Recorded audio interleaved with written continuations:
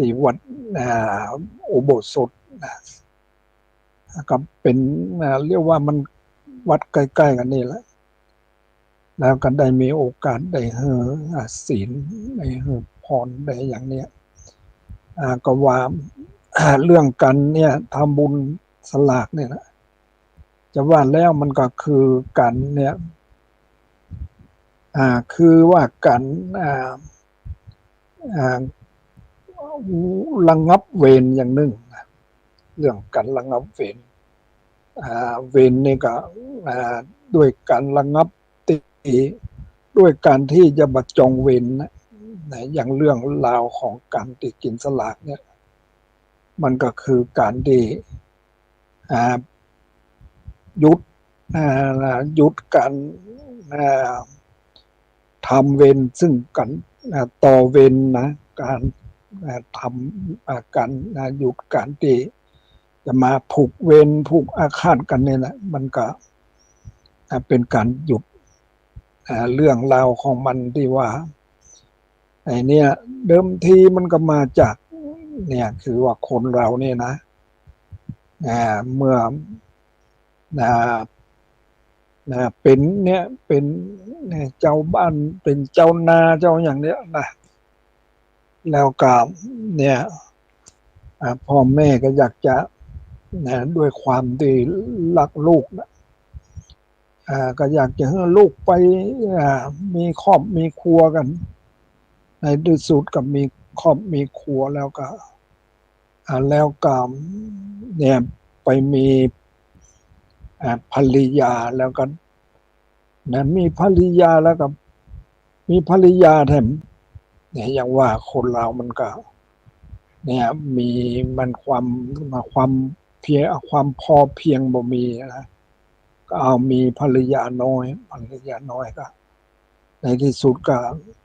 ภรรยาหลวงภรรยาน้อยเนี่ยก็นั่นกันอย่างว่านั่นก็มัน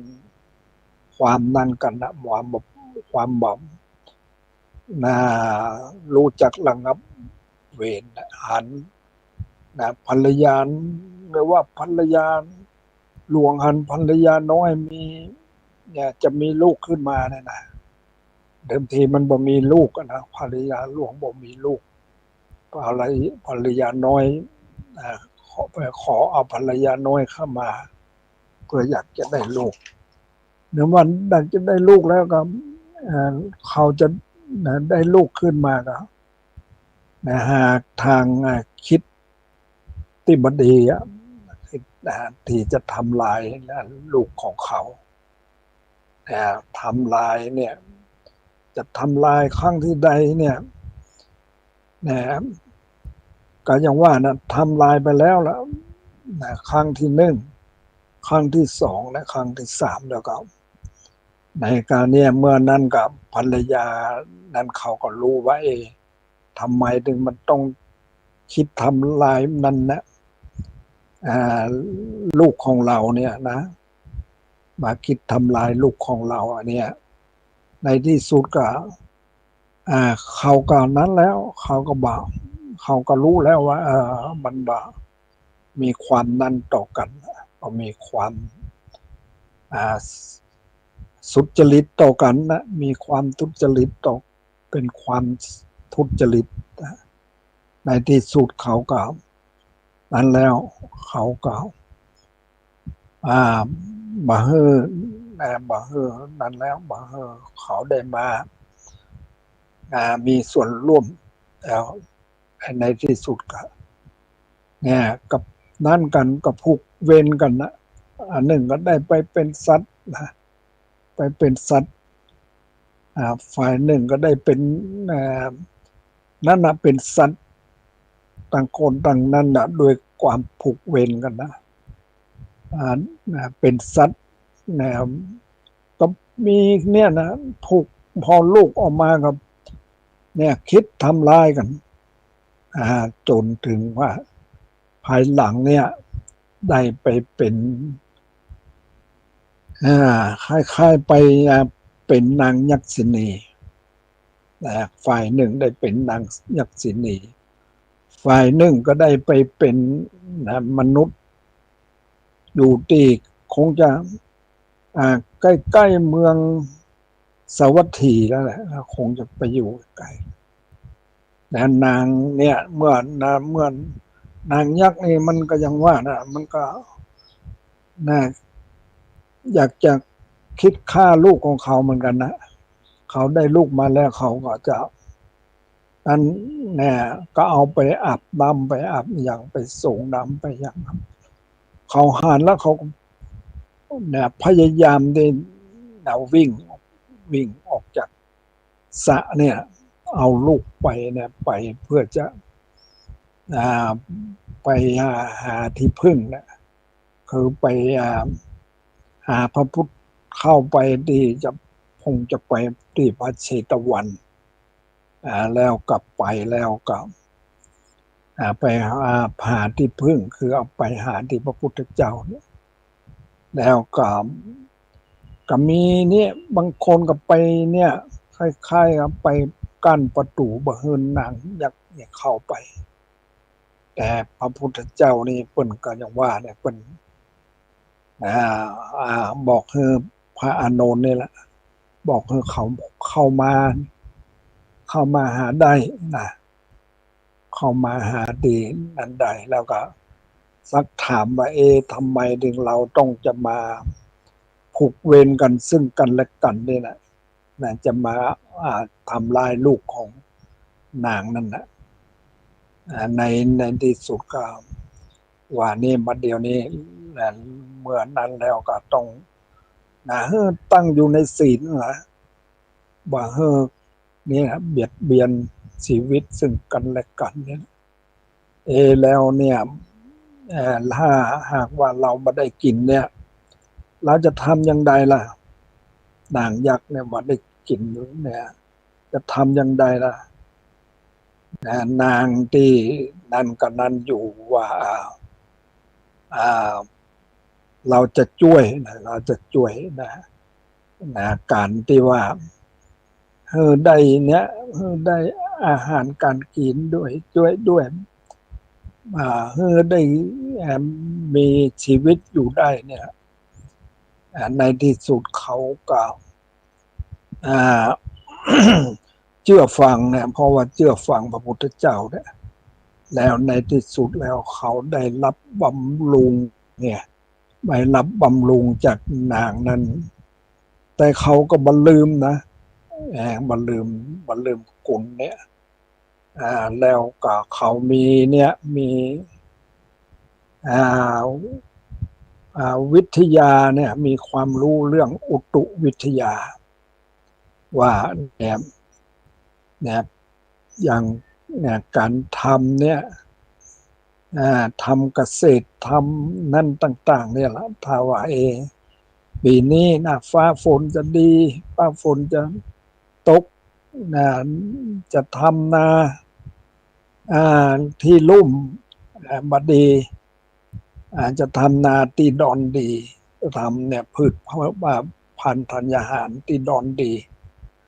ที่ลุ่มบดีเนี่ยเขาก็รู้ละอุตุวิทยาเนี่ยแล้วว่าแล้วคนที่เขาทำเนี่ยทำเกษตรทำเนี่ยเกี่ยวกับทำนาทำมาอย่างเนี่ยเขาก็ได้พืชผลดีตามที่นางยักษ์นี่ได้บอกได้อย่างในเมื่อเขาได้รับพืชผลดีแล้วเนี่ยเขาก็บัลืมเนี่ยบัลืมก็เอาเนี่ยได้พืชผลมาก็เอาไปรวมไปเนี่ยนางเนี่ยนางยักษ์เนี่ยนางยักษินีเนี่ยเอาไปแล้วก็ในเมื่อนางได้รับรางวัลเนี่ยก็ว่าเราเนี่ยควรจะเอาไปเนี่ยเอาไปถวายกับพระพุทธเจ้าหรือว่าลูกศิษย์ของพระพุทธเจ้านี่แหละที่ได้รับพืชพันธุ์ธัญญาหารเนี่ยแล้วก็เอาไปนะเอาไปนะเป็นเป็นจำนวนนักแต่ว่ามันก็ยังว่านะก็จะต้องจะเอาองค์นั้นเท่านั้นองค์นี้เท่านี้มันก็มาเป็นการดีบัดนั้นนะ มันบามันบ่ให้เสมอกันนะจะต้องมีกันเนี่ยจับสลากเรื่องคือประเพณีกันจับสลากก็จึงมีกันเนี่ยกันว่ามันจะได้เล็กได้น้อยได้มากได้น้อยก็อยู่ที่การจับสลากแล้วแต่นั้นไผ่นั้นมันจกไผ่จกมัน อันนี้เรื่องนี่แหละการทำบุญเรียกว่าการทำบุญตานสลากนั้นจึงมีประเพณีมาเป็นอย่างนี้นะเรื่องการทำบุญทันสลากเนี่ยคือเรื่องราวมันก็เป็นที่ว่าการงดเว้นจากการที่ว่าการมาผูกเวรซึ่งกันและการทำก่อเวรซึ่งกันและกันนี่แหละนะงดเว้นจากกัน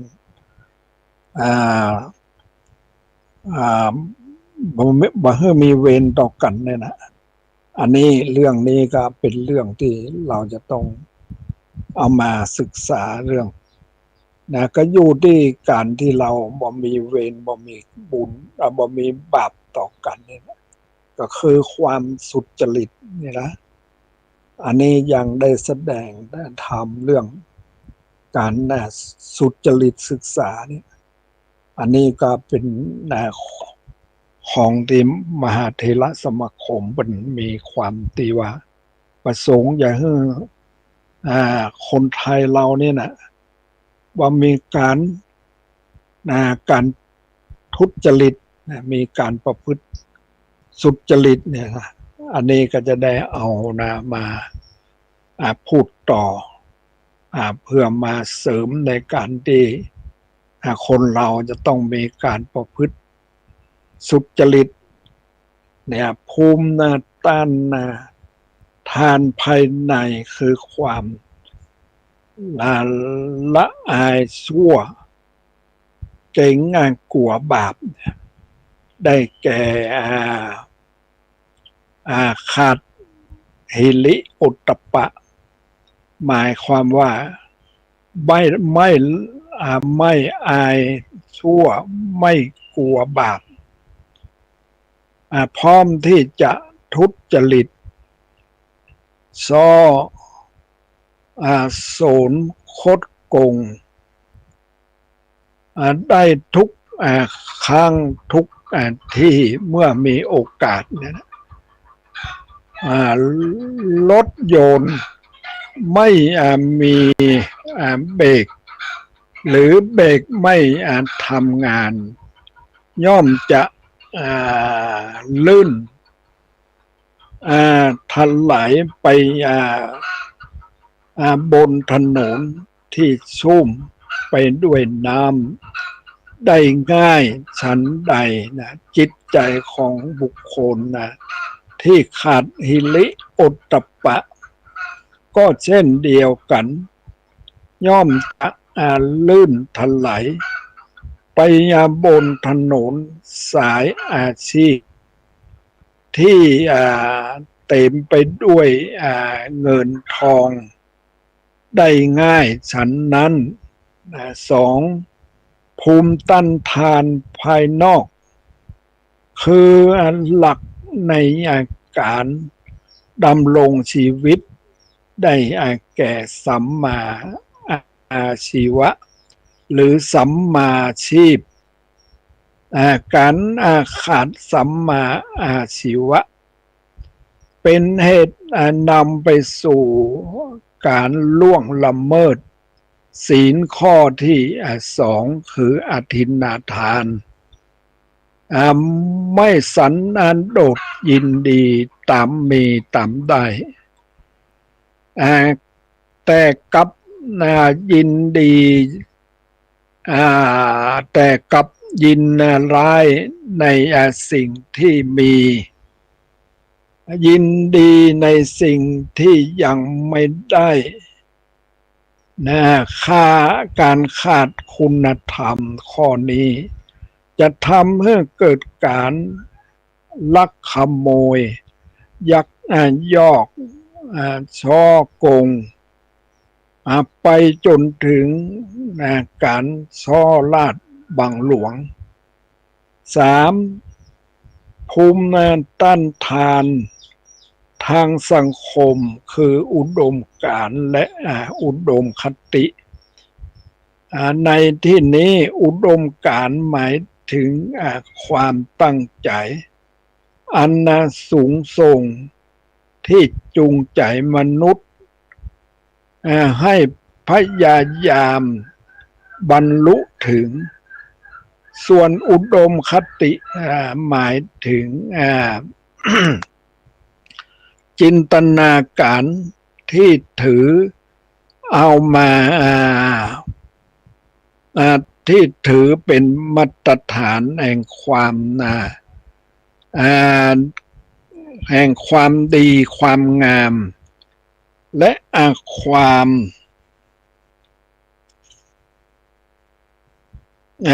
จริงใจทางด้านจริงใจทางหนึ่งที่มนุษย์ถือว่าเป็นเป้าหมายแห่งชีวิตของตนคนที่มีอุดมการณ์หรืออุดมคติจะทำทุกอย่างเพื่อให้ตนได้รับประโยชน์แม้ว่าจะกระทำนั้นจะผิดกฎหมายและไม่ถูกต้องตามศีลธรรมก็ตามบุคคลนั้นยังประพฤติทุจริตคอร์รัปชันกับคอร์รัปชันกันอยู่เพราะมีสิ่งกระตุ้นผลักดันสามประการดังนี้หนึ่งมีความนิยมผิดเพี้ยนในปัจจุบันค่านิยมของสังคมได้เปลี่ยนไปจากเดิมก่อนนี้เราเคยยกย่องคนดีคนที่มีความซื่อสัตย์สุจริตแต่ปัจจุบันในปัจจุบันคนในสังคมจำนวนมากกับยกย่องคนที่มีเงินคนที่มีตำแหน่งหน้าที่การงานสูงโดยไม่พิจารณาว่าเขาได้สิ่งเหล่านั้นมาโดยชอบหรือไม่มีค่านิยมผิดมีค่านิยมผิดเห็นว่าการทุจริตคอร์รัปชันเป็นเรื่องปกติธรรมดาเห็นคนซื่อเป็นคนเซ่อเห็นคนสวยโอกาสเอาว่าเปรียบคนอื่นเป็นคนฉลาดสองมีรายได้ไม่พอกับรายจ่าย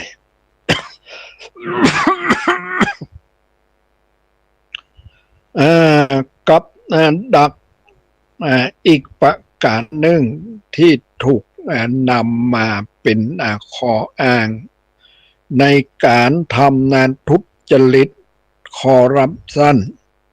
หรือการมีรายได้ไม่พอกับรายจ่ายทำให้ต้องเป็นหนี้สินเมื่อไม่สามารถจะหาเงินมาได้โดยทางสุจริตจึงใช้วิธีทุจริตกรณีนี้มักจะเป็น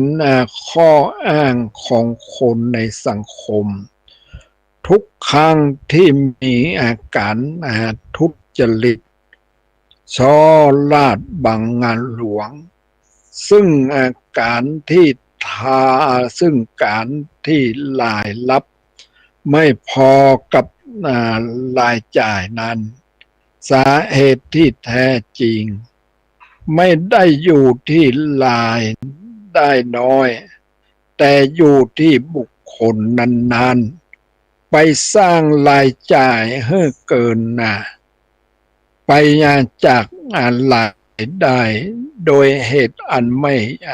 ควรต่างๆนานาสามมีภาวะจำยอมคือยอมให้ตนตกอยู่ในภาวะแวดล้อมและอิทธิพลของผู้ทำทุจริตคอร์รัปชันภาวะแวดล้อมดังกล่าวได้แก่ลักษณะที่เรียกว่ากินกันเป็นทีมผู้ใดขัดขวางหรือไม่ยอมรับประโยชน์ที่ได้แบ่งปันกันก็มักจะเป็นอันตรายต่อตัวเองและความมั่นคงเจริญก้าวหน้าในอาชีพเนี่ยความหมายของภาวนาประทานในที่นี้ก็คือการสร้างภูมิต้านทานทั้งสามประการหรือประการใดประการหนึ่งอันเป็นการฉีดวัคซีนธรรมโอสถให้กับจิตใจตนเองด้วยตนเองเพื่อตนเองทำสิ่งที่ยังไม่เคยมีหรือขาดหายจากจิตใจ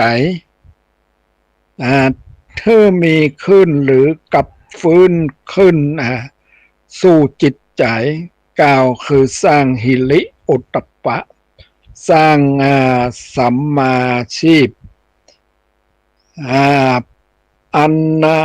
สัมมาชีพสันโดษถูกวิธียินดีถูกทางและ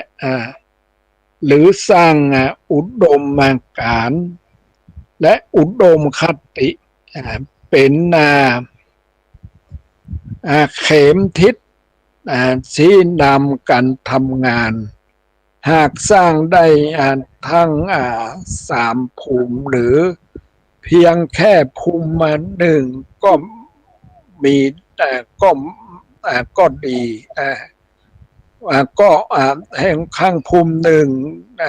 ภูมิใดนั่นก็เป็นการเพียงพอ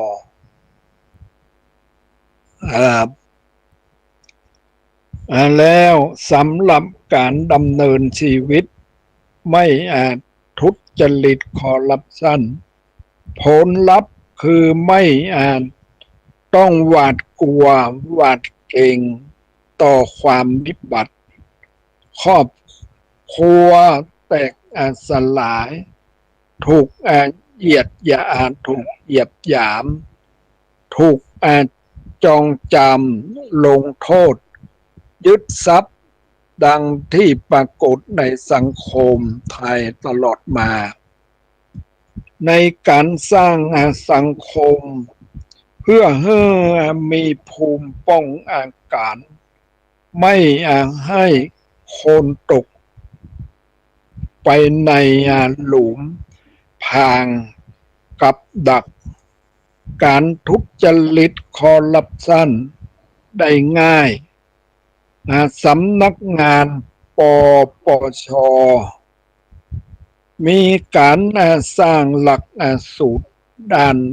ทุจริตศึกษาเพื่อปรับเปลี่ยนวิธีคิดให้คน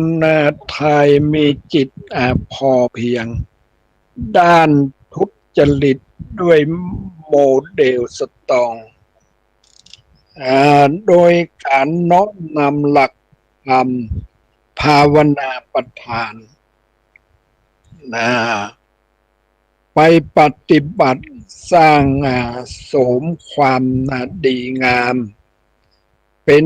สิ่งที่คาดหวังให้คนไทยมีจิตพอเพียงด้านทุจริตร่วมโดยการมุ่งพัฒนาตนเองและสังคมให้ก้าวหน้าไปข้างหน้าด้วยการประยุกต์และบูรณาการหลักความพอเพียงด้วยการแยกแยะผลประโยชน์ส่วนตัวและผลประโยชน์ส่วนรวมสร้างความโปร่งใสในวิถีชีวิตและองค์กรรวมกันพัฒนาชุมชนให้มีความเอื้ออาทรบนพื้นฐานของจริยธรรมและจิตพอเพียงเพื่อให้สังคมไทยโปร่งใสบรรเทาลดละทุจริตคอร์รัปชันโลกปัจจุบันเป็นโลกแห่งเทคโนโลยีจึงเกิดการแข่งขันในการพัฒนาความรู้ทางวิทยาศาสตร์ในระดับสูงยิ่งประชากรในโลกส่วนใหญ่ละเลยที่จะพัฒนาจิตใจให้มีคุณธรรมจรรยาจึงต้องตกเป็นทาสของวัตถุนิยมแสวงหาความสุขจากกามคุณโดยทางทุจริตผิดศีลธรรมผิดกฎหมายบ้านเมือง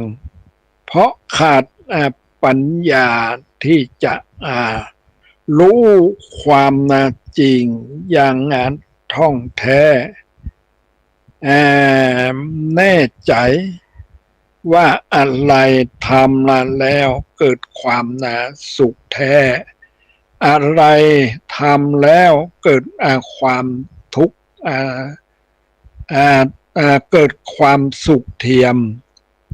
ซึ่งจะเป็นเสมือนสัญญาเสมือนสัญญาGPS เนี่ย GPS เนี่ยเรียกว่านำทุกแท้นาประการตามมาในภายหลังธรรมะในพระพุทธศาสนาสามารถที่จะช่วยแก้ปัญหาของบุคคลและสังคมได้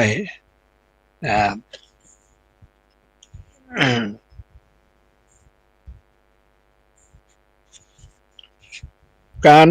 พัฒนาสังคมประเทศชาติ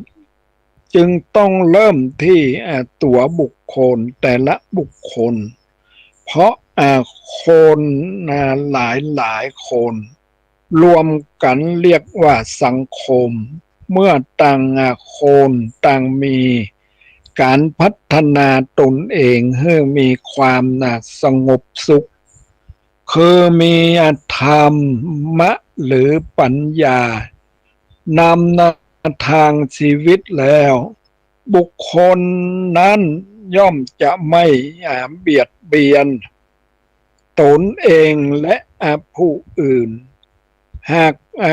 คนทุกคนหรือคนส่วนใหญ่เป็นคนส่วนใหญ่ในสังคมเป็นผู้ที่พัฒนาจิตใจดีแล้ว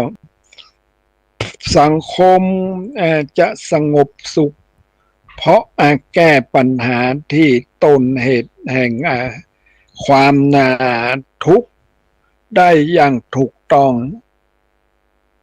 ตามในพุทธพจน์ที่ว่า ก็ภาวนาประทานเป็นไฉนภิกษุในยานธรรมวินัยนี้ย่อมยังสันทะให้เกิดพยายามปราลบความเพียรประคองจิตตั้งจิตไว้เพื่อสร้างกุศลธรรมที่ยังไม่เกิดให้เกิดขึ้นนี่เรียกว่าภาวนาประทานทั้งภาวนาประทานและโมเดลสตองนั้นล้วนกอลับกอลับปะกอลับไปด้วยหลักการอันเป็นจุดมุ่งหมายเช่นเดียวกันคือมุ่งการสร้างสรรค์และพัฒนาสิ่งที่ยังไม่เกิดให้เกิดขึ้นอย่างเข้มแข็งทั้งในมุมของปัจเจกบุคคลรวมถึงแง่มุมของการสร้างวัฒนธรรมใหม่ให้เกิดขึ้นแก่สังคมจะเห็นได้ว่า การเจริญหรือการพัฒนาสุจริตธรรมให้เกิดขึ้นตนกับตนเองและสังคมนั้นสำคัญมาก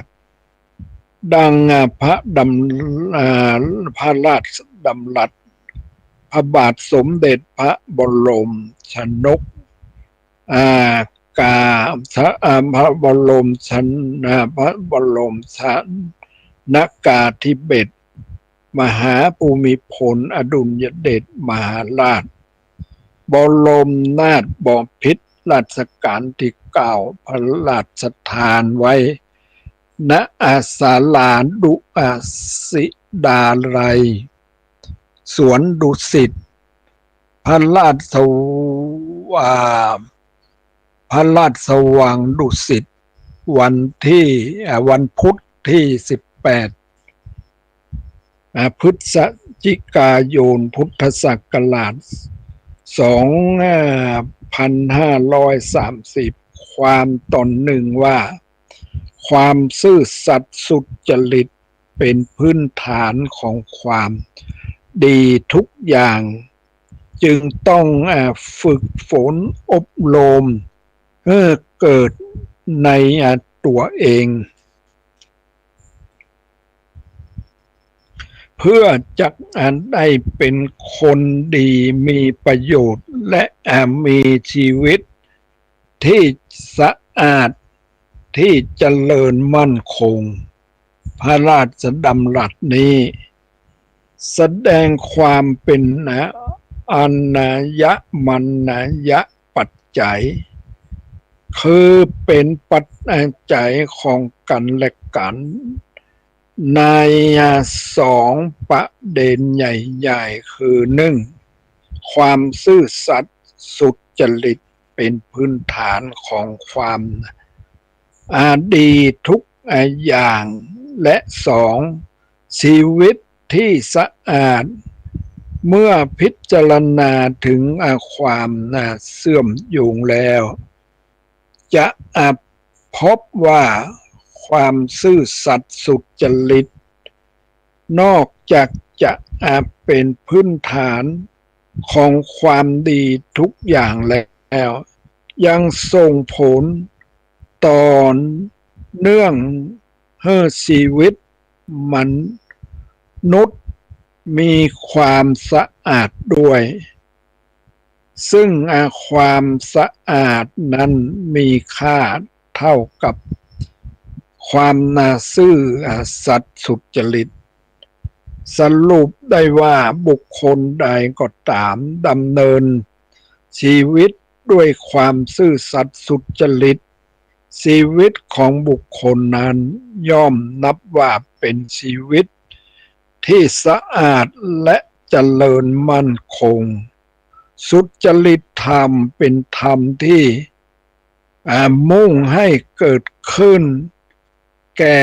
ปัจเจกบุคคลอันจะนำไปสู่การสร้างสังคมที่สุจริต เส้นเดียวกับแนวทางและจุดมุ่งหมายของโมเดลสตรองคำว่าสุจริตแปลว่าความประพฤติดีประพฤติงามและอาการประพฤติปฏิบัติในวิถีที่เรียบง่ายสุจริตสามมีประการสุจริตสามมีประการได้แก่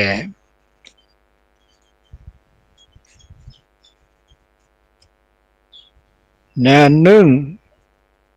กายสุจริตหมายถึงความประพฤติชอบด้วยกายเป็นการประพฤติดี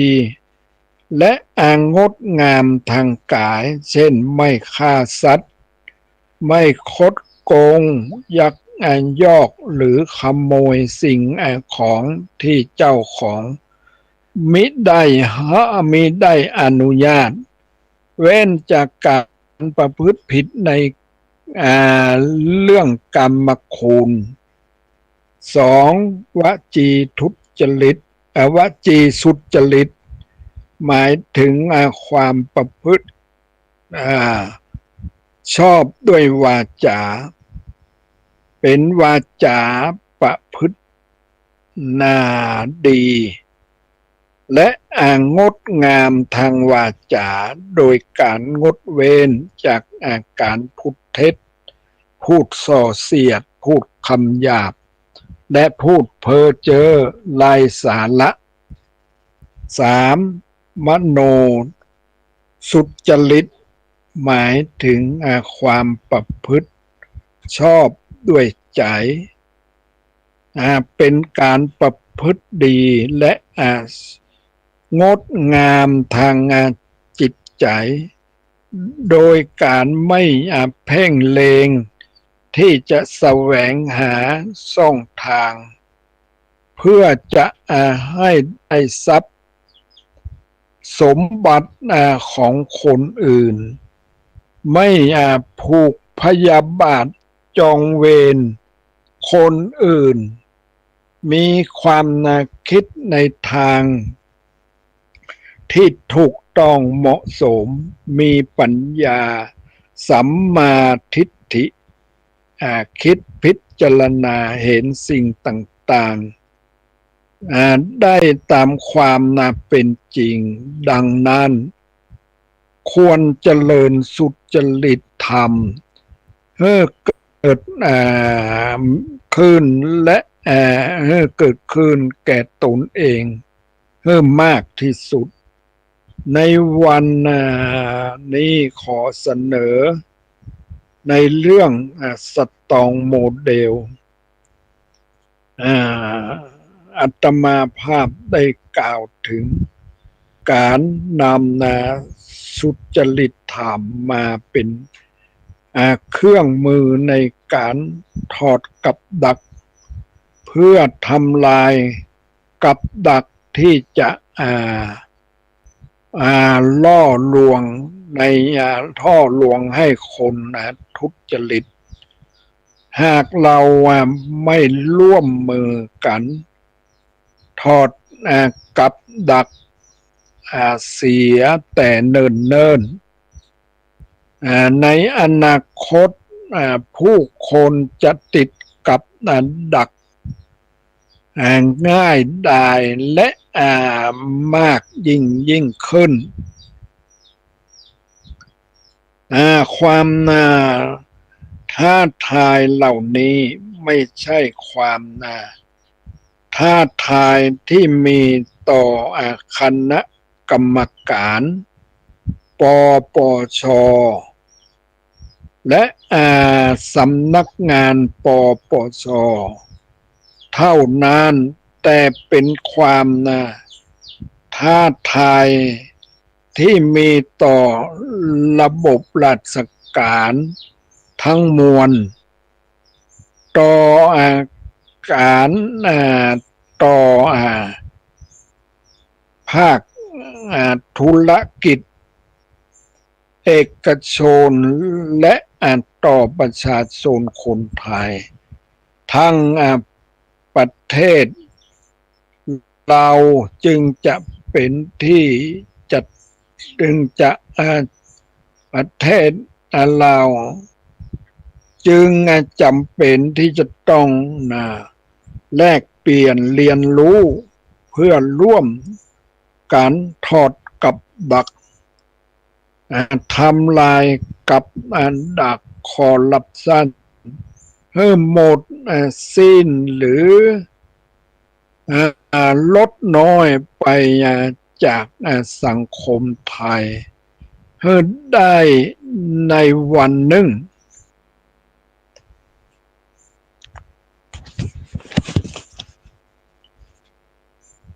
การทุจริตการเจริญการเจริญสุจริตธรรมนี้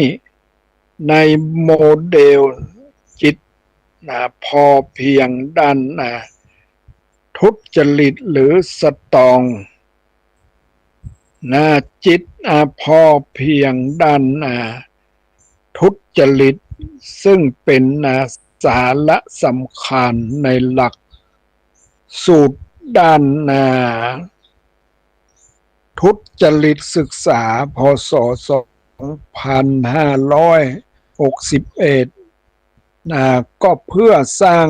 ภูมิต้านทานการทุจริตโดยนำหลักการสำคัญต่างๆเพื่อเสริมสร้างบุคคลและสังคมให้มีพฤติกรรมสุจริตรวมทั้งต่อต้านการทุจริตตามที่กำหนดไว้ในยุทธศาสตร์สร้างสังคมที่ไม่ทนต่อการทุจริตยุทธศาสตร์ชาติว่าด้วยการป้องกันและปราบปรามการทุจริตระยะที่3พ.ศ. 2560 ถึงพ.ศ. 2564ประกอบด้วยความพอเพียงความโปร่งใสการตื่นรู้การมุ่งไปข้างหน้าการมีความรู้และความเอื้ออาทรจะเห็นได้ว่าหลักการด้านทุจริตคือสตองโมเดลซึ่งเป็นสำเนียงอังกฤษอักษรโรมันสอดคล้องต้องกันกับหลักสุจริตธรรมในพระพุทธศาสนาโดยมีความหมายแฝงในตัวอักษรตามคำอธิบายดังต่อไปนี้S มาจากคำภาษาอังกฤษ sufficient แปลว่าพอเพียงหมายถึงสันโดษคือความพอเพียงเพราะรู้จักแยกแยะประโยชน์ส่วนตนและประโยชน์ส่วนรวมได้อย่างชัดเจนในระดับของความคิดจัดเป็นมโนสุจริตอันจะนำไปสู่การกระทำที่ไม่กอบโกยผลประโยชน์ สาธารณะหรือทรัพย์สินอันมิใช่ของตนมาเป็นของตนจัดเป็นกายสุจริตและยังสามารถถ่ายทอดความคิดค่านิยมไปยังบุคคลอื่นเพื่อร่วมกันผลักดันเพื่อเกิดสังคมสุจริตเห็นแก่ประโยชน์ส่วนรวมเป็นสำคัญ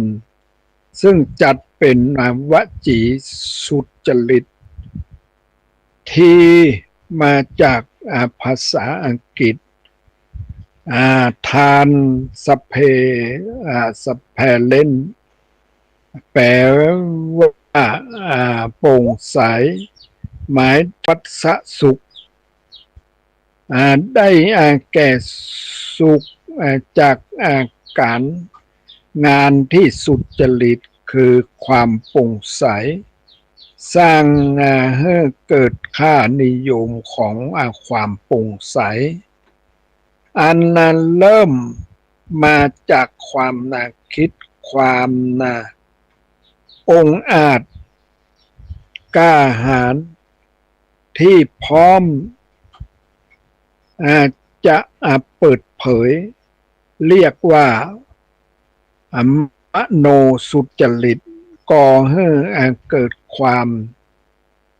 ก่อให้เกิดการกระทำที่สุจริตโปร่งใสและถูกต้องเรียกว่ากายสุจริตและยังสามารถถ่ายทอด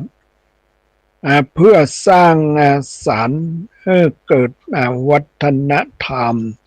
ของความเปิดเผยโปร่งใสและรับผิดชอบให้เกิดขึ้นทั้งในระดับองค์กรและระดับสังคมเรียกว่าวจีสุจริต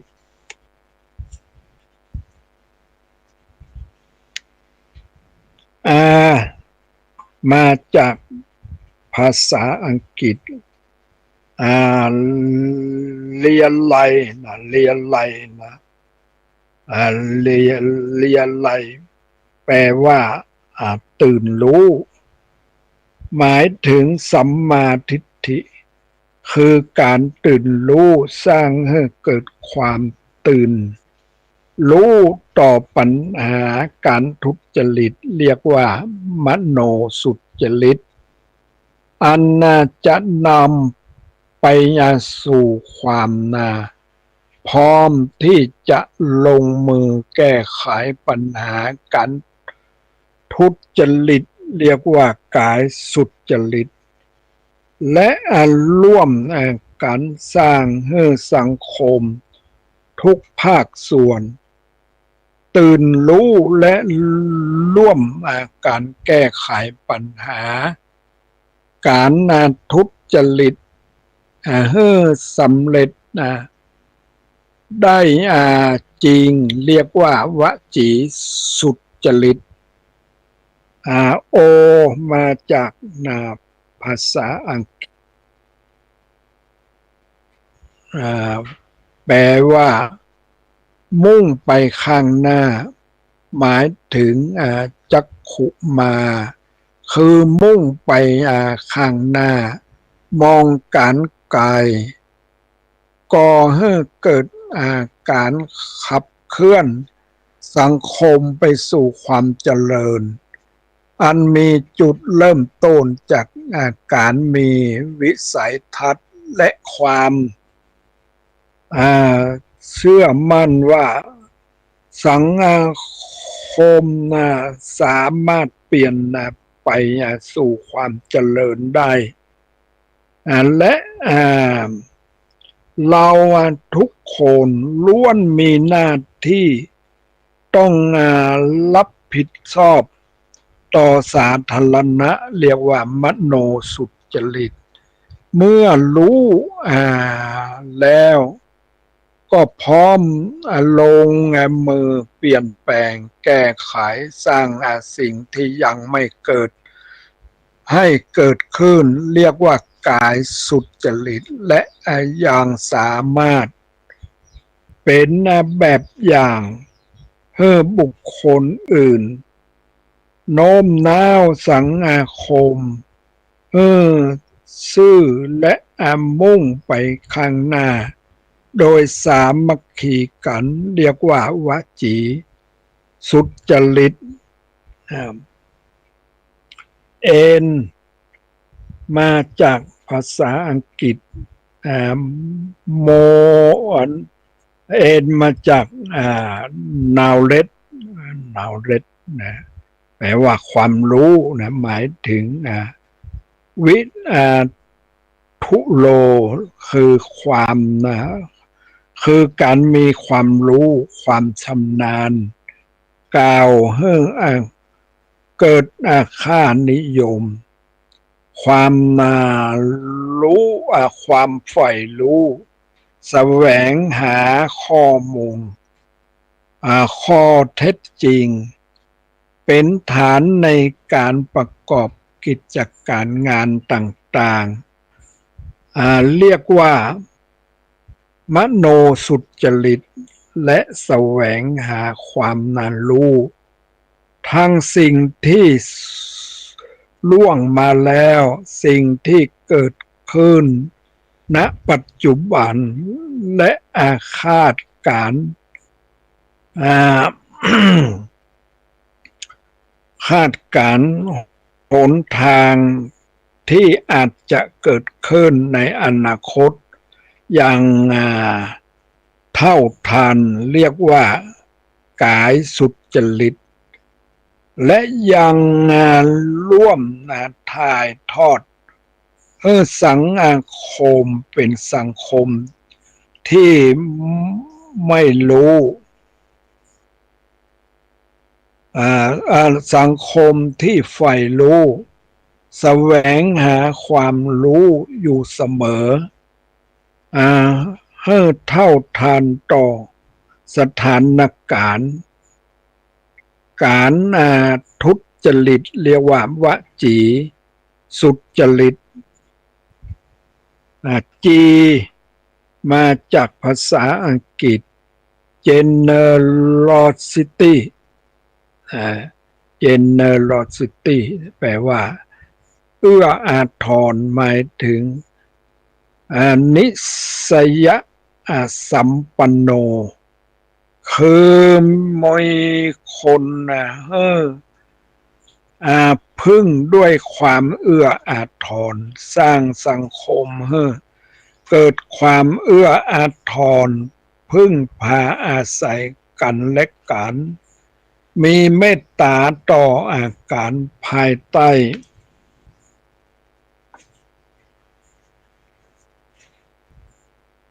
ความถูกต้องของกฎหมายจริยธรรมไม่นำประโยชน์อันควรเป็นสาธารณสมบัติมาเป็นของตนหรือพวกพ้องเรียกว่ามโนสุจริตมีความกรุณาต่อกันอย่างบริสุทธิ์ใจโดยไม่หวังการตอบแทนเรียกว่ากายสุจริตและร่วมสร้างสังคมที่ประกอบด้วยความเอื้ออาทรต่อกันสื่อสารบนพื้นฐานของจริยธรรมอันถูกต้องเรียกว่าวจีสุจริตอันนี้นะเรื่องเนี้ยเกี่ยวกับการประพฤติสุจริตนี่แหละมันก็อยู่ที่ตัวของเรานี่แหละ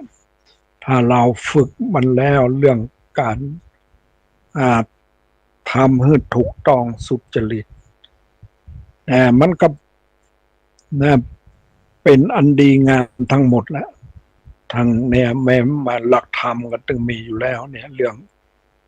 ประพฤติเรียกว่าการทำความดีนั่นแหละการประพฤติสุจริตเนี่ย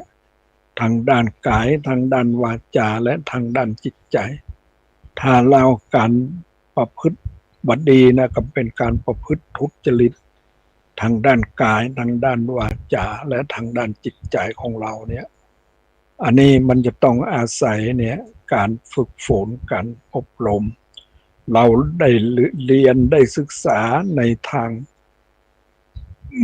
หลักธรรมคำสั่งสอนขององค์สมเด็จพระสัมมาสัมพุทธเจ้าเรื่องการประพฤติเนี่ยทางด้านกายทางด้านวาจาและทางด้านจิตใจคือมันถูกต้องตามทำนองของธรรมเนี่ยเราถ้าเอาธรรมมาใจเนี่ย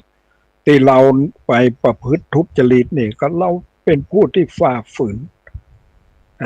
หลักธรรมคำสั่งสอนขององค์สมเด็จพระสัมมาสัมพุทธเจ้าไปให้ค่านิยมในทางที่ผิดไปส่งเสริมในทางที่ผิดก็คนก็ไปเข้าใจว่ามันเป็นความดีความงามอย่างนั้นอย่างนี้มันเป็นแต่แท้จริงแล้วมันเป็นความที่บัดถูกอันนี้กุศลอกุศลกุศลถ้าทำบ่อยๆแล้วอบรมบ่อยๆมันถูกต้องบ่อยๆแล้วมันก็เป็นความสุขความสบายว่าต้องเดือดร้อนโลกของเราเนี่ยทุกวันนี้เนี่ยมันจะว่าแล้วเนี่ยกรรมมุนาวัตติโลโกเนี่ยสัตว์โลกย่อมเป็นไปตามกรรมของแต่ละบุคคลเนี่ยนะทำทุจริตมันก็เดือดร้อนนะมันความเข้าใจผิดมันก็เดือดร้อนมันเห็นแก่ตัวทำเพื่อตัวแล้วก็ก็เดือดร้อนบ้านเมืองก็เดือดร้อนประเทศชาติก็เดือดร้อนเพราะหันแก่ประโยชน์ที่จะป้องกันวัตถุตองเนี่ยด้วยการทุจริตเนี่ยโลกจึงมีความระสำระสายเดือดร้อนฉะนั้นถ้าโลกเราเนี่ยมีเนี่ยหิริความละอายต่อบาปโอตปะความเกรงกลัวต่อบาปเนี่ยธรรมเป็นธรรมที่คุ้มครองโลกหรือว่าเทวธรรมเป็นธรรมของเทวดาเนี่ยผู้ใดที่มีธรรมเนี่ยหิริความละอายต่อบาปโอตปะความเกรงกลัวต่อบาปเนี่ยหันชีวิตเขาก็เหมือนกับชีวิตเราหันความทุกข์ของเขาก็เหมือนความทุกข์ของเราเนี่ยถ้าเราเข้าใจอย่างนี้แล้วเนี่ยโลกก็จะมีแต่ความสงบลมเย็นเนี่ยแต่โลกที่มันบ่มีความสงบลมเย็นนะเพราะเข้าใจในทางที่ผิดประพฤติทุจริตต่างๆเนี่ยมันก็เป็นส่งผลให้ความเดือดร้อนความเห็นแก่ตัวมากเท่าใดความเดือดร้อนก็มากเท่านั้นวันนี้ก็ได้เวลาแล้วก็ขออนุโมทนากับท่านพระครูวิศวัตรพระครูปริยัติและท่านผู้ฟังทั้งหลายก็ขอให้มีความสุขความเจริญโดยทั่วหน้ากันขออนุโมทนา